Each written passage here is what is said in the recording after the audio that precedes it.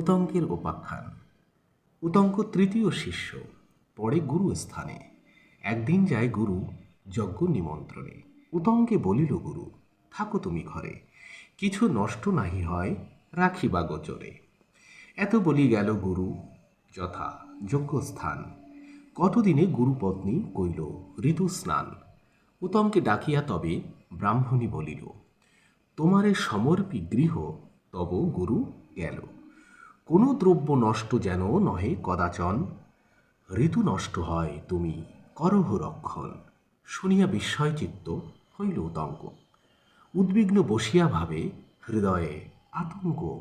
কি করিব, কি হইবে ইহার উপায়?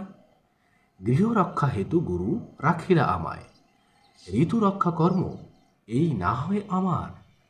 পরতার মহাপাপ, তাহে গুরুদার। এত চিন্তি ব্রাহ্মণীর না রাখে অনুরোধ। নৈরাশ হইয়া ব্রাহ্মণীর হইল ক্রোধ। প্রকাশ ভয়ে ক্রোধ না করিল প্রকাশ। কিছুকাল পরে বেদ আইল নিজ বাস, অর্থাৎ গুরুদেব ঘরে আসলেন। উতঙ্কের তাপ ব্রাহ্মণীর মনে জাগে, একান্তে ব্রাহ্মণী কহে ব্রাহ্মণের আগে। দিবে গুরু দক্ষিণা উতঙ্ক যেইক্ষণে, পাঠাইবা তাহাকে আমার সন্নিধানে।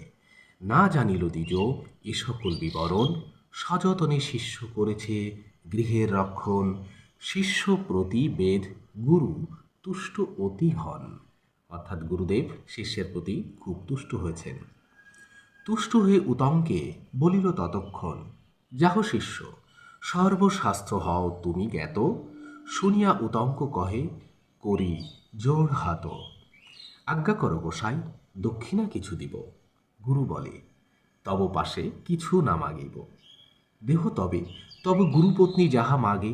এত শুনি গেল শিষ্য গুরুপত্নী আগে। দক্ষিণা যাচয়ে শিষ্য করি জোড় পানি, হৃদয়ে চিন্তিয়া তবে বলিল ব্রাহ্মণী। পৌষ্য নৃপ মহিষীর শ্রবণ কুণ্ডল, অর্থাৎ পৌষ্য নৃপর যে নৃপ আছেন অর্থাৎ রাজা আছেন, তার যে রানী আছেন মহিষী, তার শ্রবণ কুণ্ডল অর্থাৎ কানের দুল এনে দিতে হবে। আনি দিলে পাই তব দক্ষিণা সকল, সপ্তদিন ভিতরে আনিয়া দিবে মোরে, না আনিলে দিব সাপ কহিলাম তোরে। এত শুনি উতঙ্ক গুরুরে নিবেদিল, যাও হে নির্বিঘ্নে দ্বিজ। গুরু আজ্ঞা দিল। গুরুকে প্রণাম করি উতঙ্ক চলিল। কত দূরে পথে এক বৃষভ দেখিল, অর্থাৎ একটা ষাঁড় দেখতে পেল। পুরীশ ত্যাজিয়া বৃষ আছে দাঁড়াইয়া, পুরীশ অর্থাৎ মলত্যাগ করে দাঁড়াইয়া। উতঙ্কে দেখিয়া বৃষ বলিল ডাকিয়া, অর্থাৎ গোবর গোবর, হেরো দেখো মল মোর উতঙ্ক ব্রাহ্মণ, হইবে তোমার শ্রেয় করহ ভক্ষণ, অর্থাৎ তোমার ভালো হবে, অর্থাৎ গোবর খেলে। উতঙ্ক বলিল, হেন নহে কদাচন, অসম্মান মোরে কেন করো আকারণ। বৃষ বলে, অসম্মান নহে দ্বিজবর, তোমার গুরুর দিব্য, খাও এ গোবর। গুরুদিব্য শুনি দ্বিজ চিন্তিয়া বিস্তর, গোবর ভক্ষণ করি চলিল সত্তর। তথা হইতে চলি গেল পৌষ্য নৃপ ঘর, মাগিল কুণ্ডল যুগ্ম নৃপতি গোচর। নৃপ পাঠাইল দ্বিজে রানীর সদনে, কর্ণ হইতে কুণ্ডল দিলেন ততক্ষণে। কর্ণ হইতে কুণ্ডল কাটিয়া দিল রানী, পাইয়া কুণ্ডল চলি গেল দ্বিজমণি। যেই ক্ষণে দ্বিজ হাতে কুণ্ডল পাইল, সেই ক্ষণে তক্ষক তাহার সঙ্গ নিল, অর্থাৎ তক্ষক নাগ সঙ্গ নিল। পরশ করিতে দ্বিজে নাহিক শকতি, পাছে পাছে যায় ধরি সন্ন্যাসী মূর্তি। কত পথে উতঙ্ক দেখিয়া সরোবর, স্নানেতে নামিল বস্ত্র থুইয়া উপর। বসন ভিতরে দ্বিজ কুণ্ডল থুইল, ছিদ্র প্রাপ্তে তক্ষক কুণ্ডল হরে নিল, অর্থাৎ সুযোগ পেয়ে তক্ষক সেই কুণ্ডল হরণ করেছে বা নিয়ে নিয়েছে। উতঙ্ক দেখয়ে থাকি জলের ভিতরে, সন্ন্যাসী কুণ্ডল লইয়া পশিল বিবরে, বিবরে অর্থে গর্তে, গর্তের মধ্যে ঢুকে গেল। ত্যাজিয়া সে স্নান দ্বিজ ধায় মুক্ত চুল, বিবরের দ্বারে দেখে না পশে আঙুল, অর্থাৎ সেই গর্তের মুখ দেখে আঙুলও যাচ্ছে না তার ভিতরে। উপায় না দেখি মুনি বিষাদিত মন, নখেতে বিবর দ্বার করয় খনন। নখ দিয়ে গর্ত খুঁড়তে চেষ্টা করছে। এ সকল বৃত্তান্ত জানিল পুরন্দর। পুরন্দর অর্থাৎ দেবরাজ ইন্দ্র। ব্রাহ্মণের দুঃখে দুঃখী হইল অন্তর। সেই রন্ধ্রে নিজ বজ্র হইল নিয়োজন, অর্থাৎ বজ্র প্রেরণ করলেন। বিবরের দ্বার মুক্ত হইল ততক্ষণ। পাতালে উতঙ্ক গিয়া প্রবেশ করিল। কতই অদ্ভুত দৃশ্য সেখানে দেখিল। চন্দ্র সূর্য গতায়ত, গ্রহ তারাগণ, মাস বর্ষ ষড়ঋতু সবার সদন। অনেক ভ্রমিল দ্বিজ পাতাল বিবরে, অর্থাৎ পাতাল গর্তে। না দেখিয়া সন্ন্যাসীরে চিন্তিত অন্তরে। হেনকালে অশ্বরূপে বলে বৈশ্বানর। হেনকালে অর্থাৎ এই সময় অশ্বরূপে অর্থাৎ ঘোড়ার রূপ ধরে অগ্নিদেব বলছেন, হে উতঙ্ক ব্রাহ্মণ, আমার বাক্য ধরো। গুরু জ্ঞানে মোরে তুমি করহ বিশ্বাস। শ্রেয় হবে অর্থাৎ ভালো হবে, মোর গুজ্জে করহ বাতাস, অর্থাৎ পিছনে বাতাস করো। গুরু নাম শুনি দ্বিজ বিলম্বনা কইল। কিছু না পাইয়া মুখে গুজ্জে ফুক দিল, অর্থাৎ ফু দিল। গুজ্জে ফুক দিতে ধূম বাহিরিল মুখে। ধূমময় সকলে করিল নাগ লোকে। প্রলয়ের প্রায় হইল ঘোর অন্ধকার। বিস্ময় হইয়া নাগ কইল হাহাকার। বাসুকী প্রভৃতি যত শ্রেষ্ঠ নাগগণ, কি হেতু হইল ধূম জিজ্ঞাসে কারণ।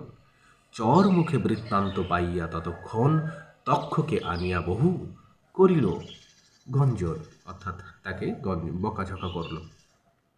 দেহ শীঘ্র কুণ্ডল, ব্রাহ্মণ হোক সুখী, এত বলি দ্বিজে তুষ্ট করিলা বাসুকী। কুণ্ডল পাইয়া দ্বিজ গেল অশ্বস্থানে।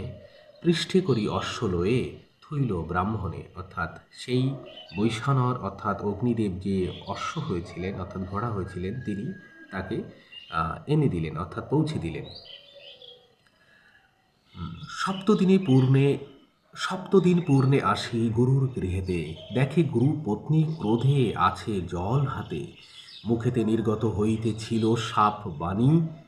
হেনকালে উতঙ্ক দিলেন যুগ্মমণি। কুণ্ডল পাইয়া হৃষ্ট ব্রাহ্মণী হইল। উতঙ্ক সকল কথা গুরুকে কহিল। গুরু কহে, যেই বৃষ দিলেন গোবর, বৃষ নহে অমৃত দিলেন পুরন্দর, অর্থাৎ ওই বৃষ ছিলেন দেবরাজ ইন্দ্র। সন্ন্যাসীর বেশে যেই লইল কুণ্ডল, তক্ষক বিবর দ্বারে গেল রসাতল, অর্থাৎ সন্ন্যাসীর বেশ ধরে যে ওই কুণ্ডল নিয়েছিল সে হচ্ছে তক্ষক নাগ। অশ্বরূপে যে তোমার কইল উপকার, যে অশ্বরূপে অর্থাৎ ঘোড়ার রূপ ধরে তোমার উপকার করেছে, অশ্ব নহে অগ্নি ইষ্ট সহজে আমার, অর্থাৎ তিনি অগ্নিদেব। এত শুনি উতঙ্কের মনে হইল তাপ। বিনা দোষে দুঃখ মরে দিল দুষ্ট সাপ, অর্থাৎ তক্ষক এত কষ্ট দিল আমাকে, তার সমুচিত ফল আমি দিব তারে। এত বলি বিদায় মাগিল দ্বিজ বরে, অর্থাৎ গুরুর কাছ থেকে বিদায় প্রার্থনা করলেন। গুরু প্রদক্ষিণ করিল গমন। যথা রাজা জনমেজয়ে চলিল ব্রাহ্মণ। জনমেজয় জানি আমরা পরীক্ষিতের সন্তান। ব্রাহ্মণে দেখিয়া রাজা করিল বন্দন। জিজ্ঞাসিল দ্বিজ বরে, কেন আগমন? দ্বিজ বলে, নৃপতি করহ কোন কর্ম? পিতৃবৈরী না শাসিলে নহে পুত্র ধর্ম। চণ্ডাল তক্ষক নাগ বড় দুরাচার। দংশিল তোমার বাপে বিখ্যাত সংসার। তাহার উচিত রাজা করিতে জুয়ায়, সর্বকুল বিনাশিতে করহ উপায়। উতঙ্ক বচন শুনি রাজা জন্মেজয়। মন্ত্রীগণে জিজ্ঞাসিল মানিয়া বিস্ময়। কহ সত্য মন্ত্রীগণ ইহার কারণ, তক্ষক দংশনে হইল পিতার মরণ। ব্রহ্মশাপে মরিলেক পিতা হেন জানি, তক্ষক এমন কইল কভু নাহি শুনি। রাজার এমন বাক্য শুনি মন্ত্রীগণ, কহিতে লাগিল তবে কথা পুরাতন। মহাভারতের কথা সুধার লহরী, কিবা যে শক্তি বর্ণিপারে তাহা পারি। উতঙ্ক মুনির কথা শ্রবণে অমৃত, কাশীরাম কহে সাধু পিয়ে অনুব্রত। আজকে এই পর্যন্ত। আগামী পর্বে আমরা জানব জন্মজয়ের সর্পযজ্ঞের মন্ত্রণা। সঙ্গে থাকুন। ভালো লাগলে অবশ্যই চ্যানেলটি সাবস্ক্রাইব করুন, লাইক করুন। মহাভারত অরিজিনাল অর্থাৎ কেমন, সত্যিকারে কেমন, কোনো গল্প কথা না জেনে বই পড়ে বোঝার চেষ্টা করছি। আপনারা সঙ্গে থাকলে ভালো লাগবে।